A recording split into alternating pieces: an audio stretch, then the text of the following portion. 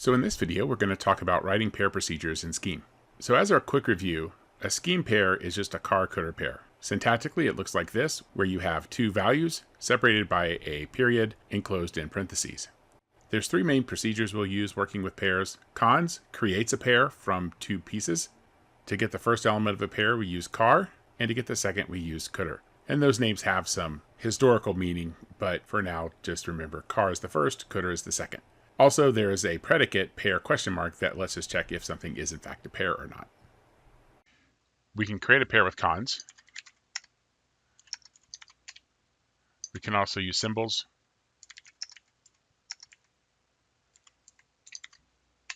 And we can also define these in our code. And I can also quote a pair and enter the values directly. And when I evaluate this, you can see I now have pair 1, pair 2, and pair 3. Now to write a pair procedure, I just treat the parameter as a pair. So for example, suppose I wanted to define a predicate in order pair, which is true if the car is smaller than the coulter. So this will be a function with one parameter, a pair. And then I'm going to return the result of comparing greater than or equal to the coulter of the pair and the car of the pair. And that's sufficient for our method. Notice I don't have to check to see the result because the result of the greater than or equal is a Boolean. And so that's what I want to return. And I can return that value directly versus if it's true, return true, otherwise return false. So we could try this with some examples. So we'll start off with some test cases on either side. So we'll say 3.20. And we'll say, oops, I meant for that to be a 20. But since that's 3 and 2, we'll just do 2 and 3. So if we run this, you can see that we get false and then true. And that's what we expect. This is not in order. This one is. What happens if they're equal?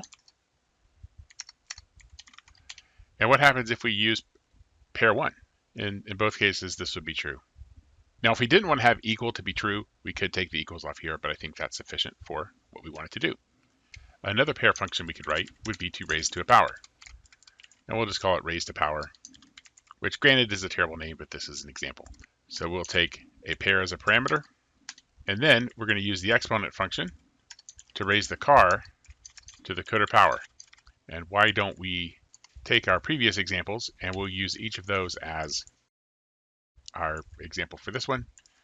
And if we run that, you can see that we get 3 squared, 2 to the third, 3 to the third, and then pair 1 is 1 squared. Now, if we really want to be fancy, we can have a method where one of the members of the pair is a list. So if I say define multiply by, and it's going to take a pair as a parameter. However, the car of the pair is going to be a list. So if that list is null, I'm going to return an empty list. Otherwise, I'm going to cons. I'm going to multiply the car of the list. Again, if you imagine there's being a list in the car of that car would be the first element of that list, by the coulter of the pair. Again, that's going to be the second element of the pair we pass in. And then I make a recursive call, but now I need to create a pair. So I'll cons the coulter of the car of the pair with the coulter of the pair. And so this is like a recursive list procedure. However, in this case, we're actually putting the list as a member of the pair. And so to get the list out, I need to get the car of the pair. So if you imagine the car pair here and here being the list in a normal list procedure, this should kind of make sense as to what's going on here. So here are some examples of writing list procedures in Scheme.